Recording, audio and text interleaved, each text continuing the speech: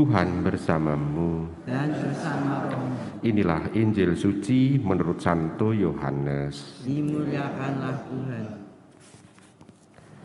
Banyak di antara orang Yahudi yang datang melamar Maria dan yang menyaksikan sendiri apa yang dibuat Yesus terhadap Lazarus, percaya kepadanya. Tetapi ada juga yang pergi kepada orang-orang Farisi dan menceritakan kepada mereka apa yang telah dibuat oleh Yesus itu. Lalu imam-imam kepala dan orang-orang Farisi memanggil mahkamah agama untuk berkumpul. Mereka berkata, apakah yang harus kita buat sebab orang itu membuat banyak mujizat? Apabila kita biarkan dia, maka semua orang akan percaya kepadanya. Lalu orang-orang Roma akan datang dan merampas tempat suci kita serta bangsa kita. Tetapi seorang di antara mereka, yaitu Kayafas, imam besar pada waktu itu, berkata kepada mereka, kamu tidak tahu apa-apa, kamu tidak insyaf, bahwa lebih berguna bagimu jika satu orang mati untuk bangsa kita daripada seluruh bangsa kita ini binasa. Hal itu dikatakan Kayafas bukan dari dirinya sendiri, tetapi sebagai imam besar pada tahun itu, ia bernubuat bahwa Yesus akan mati untuk seluruh bangsa. Bukan untuk bangsa itu saja, tetapi untuk mengumpulkan dan mempersatukan anak-anak Allah yang tercerai-berai. Mulai dari itu, mereka sepakat untuk membunuh dia. Karena itu, Yesus tidak tampil lagi di muka umum di tengah-tengah bangsa Yahudi. Ia berangkat dari situ ke daerah dekat Gunung Pasir, sebuah kota bernama Efraim. Di situ ia tinggal bersama murid-muridnya. Waktu itu hari raya Paskah orang Yahudi sudah dekat, dan banyak orang dari negeri yang berangkat ke Yerusalem untuk menyucikan diri sebelum Paskah itu. Mereka mencari Yesus, dan sambil berdiri dalam bait Allah, mereka berkata kepada yang lain, bagaimana pendapatmu? Ia datang jugakah ia ke pesta? Demikianlah sabda Tuhan. Terpujilah Kristus. Ibu, Bapak, saudari-saudari yang terkasih dalam Yesus Tuhan. Dalam bacaan Injil di sana tampak bahwa Yesus itu menjadi seolah-olah bisa menyatukan semua orang yang memusuhi dia. Semua orang yang memusuhi dia bersatu karena mereka mempunyai musuh bersama, yakni Tuhan Yesus. Tetapi kita tahu bahwa Tuhan Yesus senantiasa mewartakan kebaikan. Tuhan Yesus mewartakan kebenaran.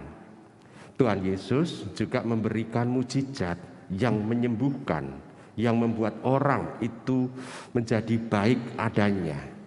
Tuhan Yesus membuat semua orang yang mengalami situasi yang tidak baik menjadi sesuatu yang menyehatkan. Nah, ini yang terjadi. Tuhan Yesus melakukan itu semua. Tetapi kita tahu bahwa banyak orang yang tidak suka melihat tindakan Tuhan Yesus, tidak suka melihat sabdanya yang penuh dengan wibawa itu dipercayai oleh banyak orang. Nah, maka orang-orang yang tidak suka itu menjadi berkumpul dan bersatu. Maka orang yang bersatu di sana seolah-olah Kayafas itu menubuatkan bahwa seluruh bangsa itu bersatu untuk mau menganiaya Tuhan. Jadi Kayafas menubuatkan sesuatu yang jelek mengenai Tuhan Yesus, yakni kematian. Dikatakan alangkah baik satu orang mati bagi bangsa ini. Jadi Kayafas ingin mengkambing hitamkan. Motivasinya adalah apa? Dia mau mengatakan bahwa supaya bangsa Israel bersatu. Tetapi apakah kesatuan yang seperti itu sungguh-sungguh adalah kesatuan yang baik? Ternyata mereka hanya bersatu karena ada musuh bersama. Tetapi kalau musuh bersama ini sudah tiada, sudah dimatikan, mereka akan tercerai-berai lagi, akan bentrok satu sama lain lagi. Nah, ibu, bapak, saudara-saudara terkasih dalam Tuhan. Maka di sana yang tampak bahwa memang seolah-olah roh pemersatu, yakni roh yang adalah dari Allah sebetulnya. Tetapi ini bukan dari Allah. Tetapi karena rencananya jahat untuk membinasakan Tuhan Yesus, maka yang menyatukan mereka adalah aspek kepentingan mereka untuk membinasakan, dan ini tentu saja adalah roh yang bukan dari Allah. Maka di sana kita harus bisa memilah-milah mana yang memang datang dari Allah, mana yang tidak.